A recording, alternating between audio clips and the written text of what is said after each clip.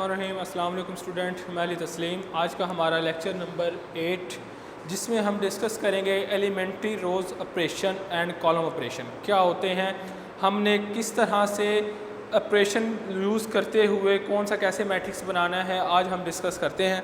सबसे पहले मैं आपको बताऊंगा कि ये ऑपरेशन हम यूज़ कैसे करते हैं। कोई भी आपके पास मैट्रिक्स है उस पर हमने ये ऑपरेशन यूज़ करने हैं, column operation and row operation. इन दोनों ऑपरेशन में से आपने किसी एक ऑपरेशन को एक टाइम में यूज़ करना है।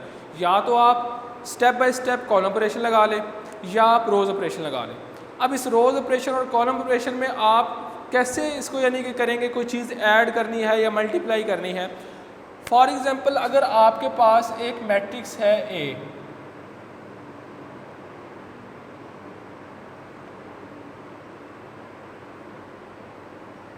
ये मेरे पास एक मैट्रिक्स है, एक रोज़ हम और ले लेते हैं इसकी। ये मैंने 3 बाई 3 का एक मैट्रिक्स ले लिया। अब इसमें मैंने फर्स्ट में लगाता हूँ आपके पास रो ऑपरेशन, फिर मैं बताऊँगा कि कॉलम ऑपरेशन क्या होता है। इसमें सबसे पहले हम क्या कर सकते हैं, किसी भी रोज़ को दूसरी रोज़ में ऐड कर सकते हैं आप। जैसा कि मैंने लिखा R1 प्लस R2, पहले इसकी प्रॉपर्टी ये होगी, R1 को R2 में आप ऐड कर सकते हैं या R2 को R3 में ऐड, किसी भी रोज़ को किसी भी रोज़ में ऐड कर सकते हैं आप। सेकंड जो होगा आपके पास वो होगा आप किसी भी रो को कांस्टेंट से मल्टीप्लाई करवा सकते हैं। यानी कि इधर मैंने 2 को R1 से मल्टीप्लाई करवा दिया, मैं R2 के साथ भी अपनी रिक्वायरमेंट के मुताबिक आप किसी भी कांस्टेंट को किसी रोज़ के साथ मल्टीप्लाई करवा सकते हैं। थर्ड आपके पास ये होगा, आप किसी भी रोज़ को किसी दूसरी रोज़ में माइनस भी कर सकते हैं। ठीक हो गया स्टूडेंट। ये तीन जो है आपके पास ये ऑपरेशन है, इनको यूज़ करते हुए जो आपकी रिक्वायरमेंट है, जैसा आपने मैट्रिक्स बनाना है आप बना सकते हैं। ये हमारा जो टॉपिक है elementary rows and column operation का है। अब ये कॉलम मैंने लिखी है, अब इस पे जो ये तीन प्रॉपर्टीज़ हैं मैं इस मैट्रिक्स पे अप्लाई करने लगा हूँ। ये अप्लाई आप कैसे करेंगे, कैसे इनका यूज़ करेंगे। तो स्टूडेंट अगर मैं इनको यूज़ करूँ, अगर हम कोई और एक देख लेते हैं क्वेश्चन,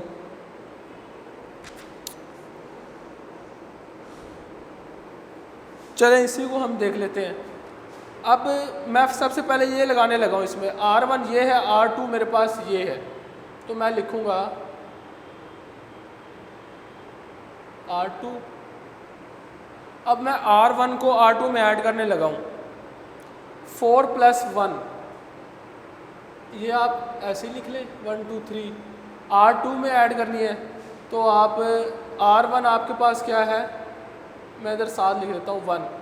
R2 आपके पास क्या है 4, 1 + 4 क्या हो गया 5।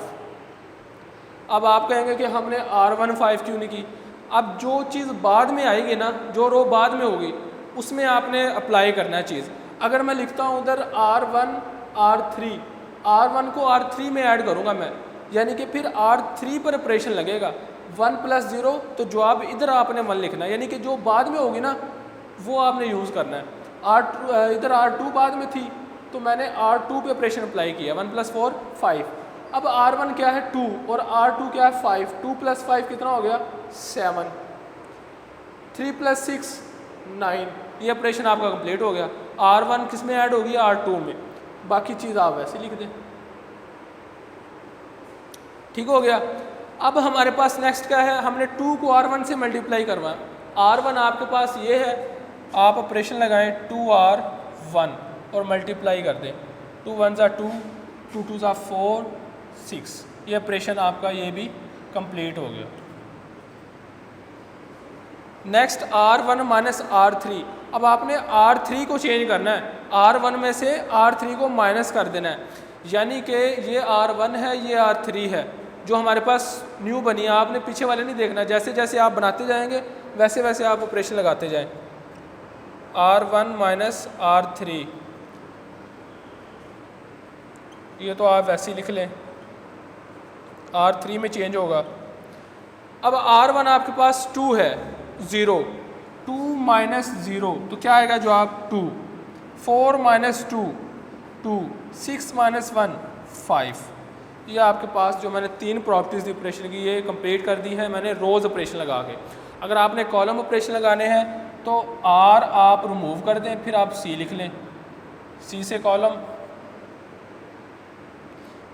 और कॉलम आपको पता है किस तरह चलते हैं, वर्टिकल। ये आप कॉलम ऑपरेशन लगा दें ऐसे, C1 C2 C3। इस तरह आपने ये रोज़ एंड कॉलम ऑपरेशन को यूज़ करते हुए कोई भी क्वेश्चन अगर आपने करना है, मुख्तलिफ मेथड है, गाज़ एलिमिनेशन, जॉर्डन हम डिस्कस करेंगे, उनमें ये ऑपरेशन यूज़ होते हैं, तो फिर मैं आपको मज़ीद बता दूंगा ये कैसे हम लेके चल रहे हैं। नेक्स्ट जो है हमारे पास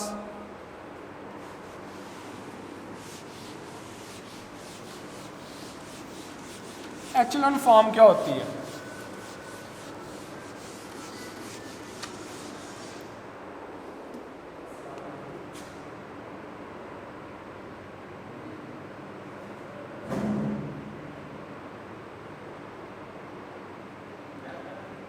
अगर मैं कोई एक मैट्रिक्स लिखूं, इसमें मैं आपको बताऊंगा कि एचेलॉन फॉर्म कैसे बनती है। तो ये मैं लिखने लगा हूँ, अब 0 0 2 3 4 5, इसमें हम डिटेल से ना थोड़ा डिस्कस कर लेते हैं। 0 9, नेक्स्ट है आपके पास 0 0 0 3 4 1 2 5, 2 और 5।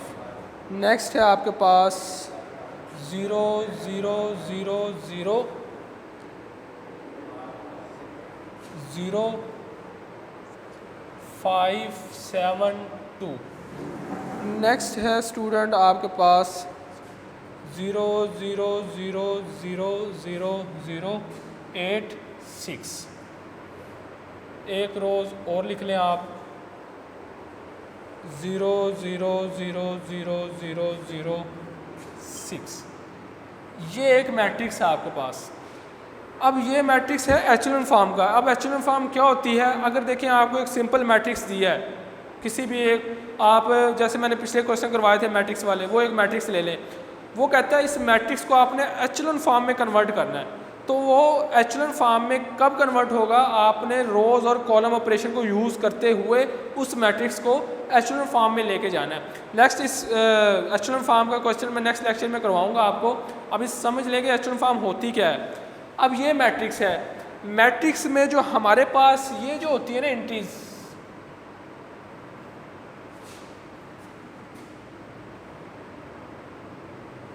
ये वाली जो एंट्रीज होती है हमारे पास, इसको आप ज़ीरो कर लें।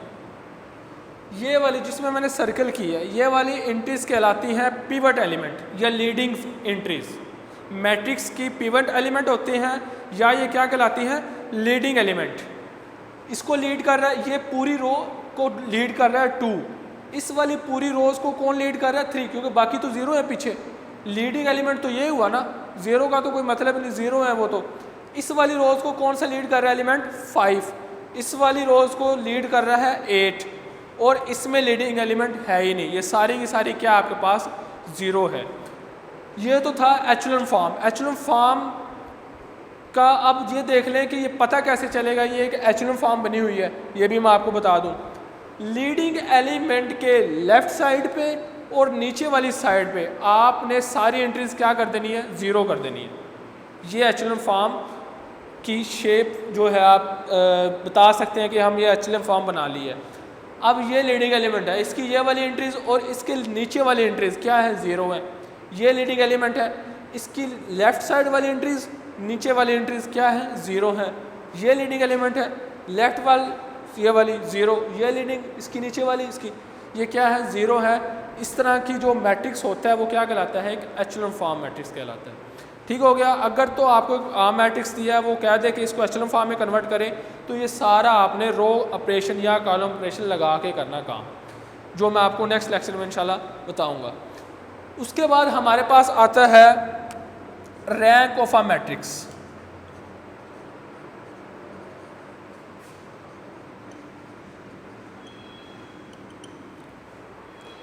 रैंक ऑफ मैट्रिक्स क्या होता है? ये मेरे पास एक मैट्रिक्स है, अगर मैं कहूँ इसका रैंक बता दें आप कितना होगा। नॉन ज़ीरो जो हमारे पास रोज़ होंगी ना, नॉन ज़ीरो रोज़, वो उस मैट्रिक्स का रैंक होगा।